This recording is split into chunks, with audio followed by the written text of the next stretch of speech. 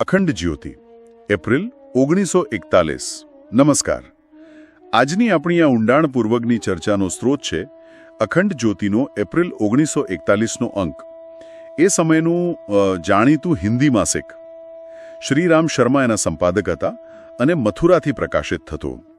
એટલે આપણી પાસે એ સમયના આધ્યાત્મિક અને દાર્શનિક વિચારોનો એક દસ્તાવેજ છે એમ કહી શકાય. આ અંકમાં જીવન, ધર્મ, મન, આધ્યાત્મિકતા, ઘણા વિષયો પર લેખો, કવિતાઓ, ચિંતન છે. આપણો પ્રયાસ એ રહેશે કે આ 80 વર્ષ જૂના અંકમાંથી એવા મુખ્ય વિચારો તારવીએ જે આજે પણ પ્રસ્તુત હોય. બરાબર.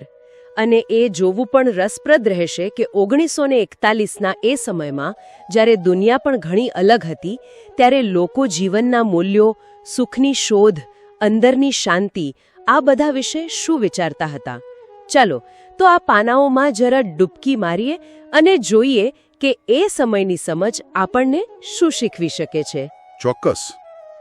ચાલો ત્યારે શરૂ કરીએ આ સફર અખંડ જ્યોતિના આ વિશેષ અંક સાથે. શરૂઆત જ એકદમ પ્રભાવશાળી વિચારથી થાય છે. પાના એક પર જ મથાળું છે, યહ શરીર હી ઈશ્વર નહીં હે. કેટલી સીધી વાત. હા, બિલકુલ. લેખ કહે છે કે લોકો ઘણીવાર શરીરની સજાવટ, એના સુખ પાછળ એટલા પડી જાય છે કે અંદર રહેલા આત્માને તો ભૂલી જ જાય છે. સ્પષ્ટ કર્યું છે કે શરીર નાશવંત છે પણ આત્મા એ શાશ્વત છે. સાચી વાત. અને આ જ વિચાર છે ને એ 5મા પાના પરની આત્મબુદ્ધિ કવિતામાં પણ જોવા મળે છે. કવિતા દ્વારા એ જ વાત, આત્માની શક્તિને ઓળખો, શરીરની આસક્તિ ઓછી કરો. અને પેલી ઉપનિષદની વાત પણ છે ને, પાના 11-12 પર. હા, બહુ સરસ પ્રસંગ છે. જીવનનો ભાર ઈશ્વર પર છોડવાથી કેવી શાંતિ મળે એ સમજાવ્યું છે. અને પેલી 2 ગતિની વાત, આપણો પ્રયત્ન એટલે કે આપણી ગતિ અને ઈશ્વરની ઈચ્છા એટલે કે એની ગતિ. જીવન આ બંનેના મેળથી ચાલે છે. એટલે મૂળ વાત એ કે કર્મ કરો પણ ફળની આસક્તિ ના રાખો, નિષ્કામ કર્મ. બરાબર. ગીતાનો સાર જાણે. શરીર અને આત્મા પછી અંક ધર્મ અને કર્તવ્ય તરફ વળે છે. પાના 6-7 પર છે, ધર્મ કી રક્ષા કરો. એ સમયની જે નવી સભ્યતા હતી, ભૌતિકવાદ તરફનો ઝોક હતો, એના પર થોડી ટીકા છે. લેચક ચિંતિત લાગે છે કે આધ્યાત્મિક મૂલ્યો ક્યાંક ખોવાઈ રહ્યા છે. સ્વાર્થ, સંઘર્ષ, ધર્મના નામે ચાલતી ખોટી બાબતો એ બધાની વાત કરી છે અને સાચા ધર્મ તરફ પાછા વળવાની હાકલ કરી છે. અને સાચો ધર્મ એટલે શું? લેખ મુજબ સાચો ધર્મ એટલે નિસ્વાર્થતા, ત્યાગ, ઉચ્ચ આદર્શોનું પાલન. કોઈ બાહ્ય દેખાડો નહીં પણ આંતરિક ગુણો. આ જ ભાવના પાછી પાના 18 પર પણ દેખાય છે. પુરુષો, પુરુષાર્થ કરો. હા, એ લેખ પણ જોરદાર છે. પુરુષાર્થ એટલે ખાલી શારીરિક શ્રમ નહીં, શારીરિક, માનસિક અને આધ્યાત્મિક ત્રણેય સ્તરે પ્રયત્નશીલ રહેવાની વાત છે. આળસ અને દુર્ગુણોની ટીકા પણ છે એમાં. ચોરી, જુગાર, વ્યસનો, કર્તવ્યની ઉપેક્ષા. બરાબર. એ બધાથી દૂર રહીને સત્કર્મ, સંયમ, શાસ્ત્રાભ્યાસ અને ધ્યાન તરફ વળવાની પ્રેરણા આપે છે. જાણે છે પોતાની અંદરની શક્તિ જગાડવાનું કહે છે. અને કર્તવ્ય પાલન માટે પેલું પક્ષીઓનું ઉદાહરણ સરસ છે, પાના 32 પર. હા, ખૂબ જ સચોટ. કર્તવ્ય પાલન લેખમાં કહ્યું છે કે જેમ પક્ષીઓ નિયમિત પોતાનું કામ કરે છે તેમ મનુષ્ય પણ કરવું જોઈએ. કર્તવ્ય પાલન એ પણ એક પ્રકારની પૂજા જ છે. પૂજા સમાન ગણું છે.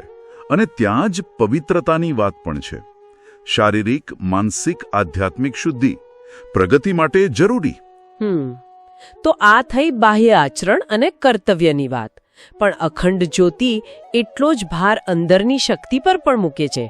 જો પાના 9-10 પર પ્રાર્થના કા ગુપ્ત રહસ્ય. હા, એ લેખ તો ખરેખર વિચારવા જેવો છે. પ્રાર્થના એટલે ખાલી શબ્દો બોલવા એમ નહીં.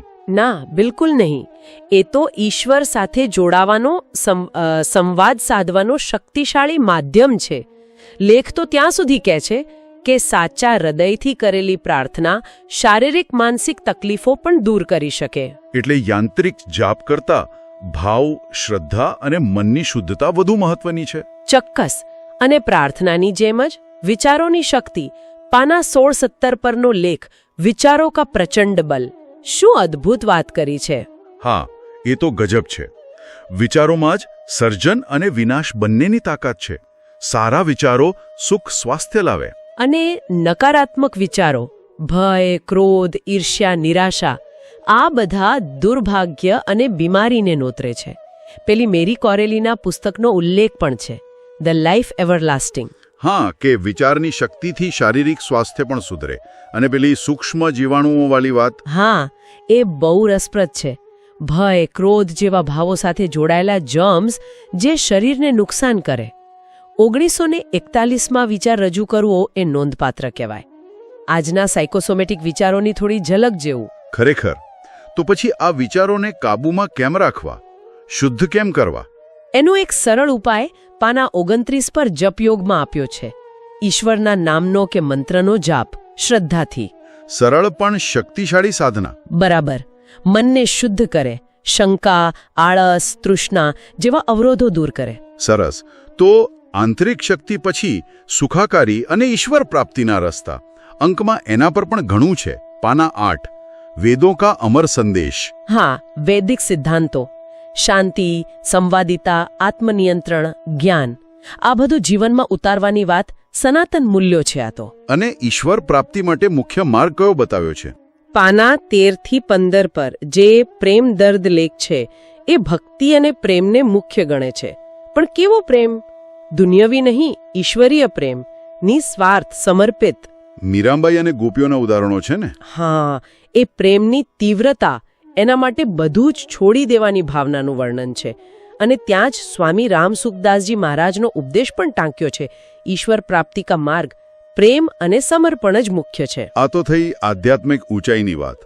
પણ રોજિંદા જીવનમાં ખુશ રહેવા માટે શું? એના માટે પણ વ્યવહારુ સૂચનાઓ છે. પાના 23-24 પર પ્રસન્ન રહેને કે ઉપાય.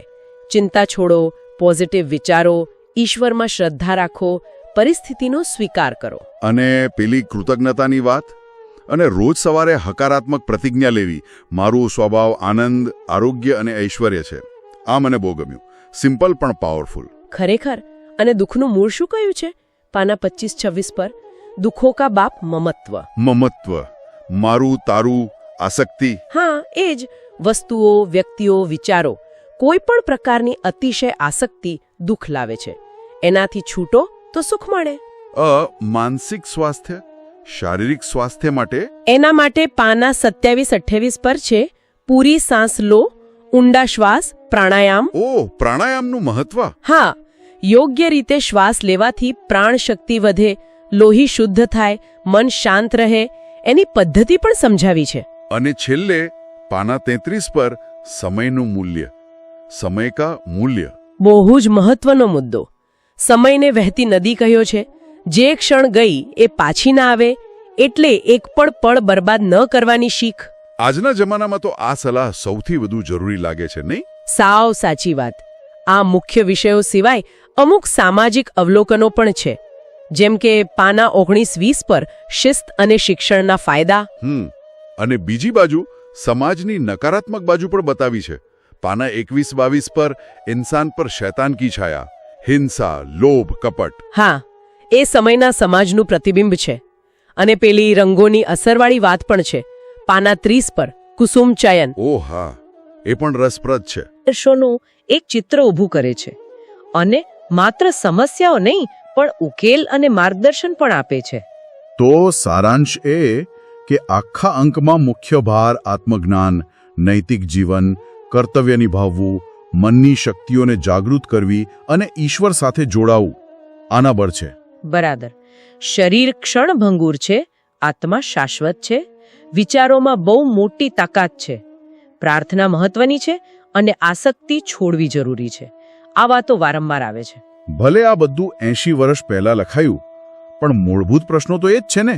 સુખ, શાંતિ, જીવનનો અર્થ. હા, એ શાશ્વત પ્રશ્નો છે. અને આ અંક યાદ અપાવે છે કે બહારની દુનિયામાં ગમે તેટલી પ્રગતિ થાય, અંદરનો વિકાસ અને શાંતિ વગેરે અધૂરી છે. એ સમયનું ડાહપણ આજે પણ એટલું જ મૂલ્યવાન છે. અહીં અટકતા પહેલા એક વિચાર આવે છે. આ સ્ત્રોતોમાંથી જ ઉદ્ભવે છે, પણ સીધી ચર્ચા નથી થઈ. 1941માં જે સિદ્ધાંતો પર ભાર મુકાયો, મનની શાંતિ, ઊંડા શ્વાસ, સમયનો સદુપયોગ, નિસ્વાર્થ પ્રેમ, આ બધું આજના આપણા સુપરફાસ્ટ ટેકનોલોજીથી ભરેલા માહિતીના સતત પ્રવાહવાળા યુગમાં પાળવું એ કેટલું વધારે મુશ્કેલ બની ગયું છે. સારો પ્રશ્ન છે. કે પછી કદાચ આજના સમયમાં એની જરૂરિયાત પહેલાં કરતાં પણ વધી ગઈ છે? આ સનાતન મૂલ્યોને આજના જીવનમાં, આજના સંદર્ભમાં કેવી રીતે જીવંત રાખી શકાય? આ વિચાર સાથે આપણે આજની આ ઊંડાણપૂર્વકની ચર્ચા અહીં પૂરી કરીએ છીએ. શાંતિકુંજ વિડિયો ગુજરાતી યુટ્યુબ ચેનલને સબસ્ક્રાઇબ કરો તથા બાકીના વિડિયોઝનો લાભ લેવા માટે બેલ આઇકન જરૂર દબાવો. ધન્યવાદ.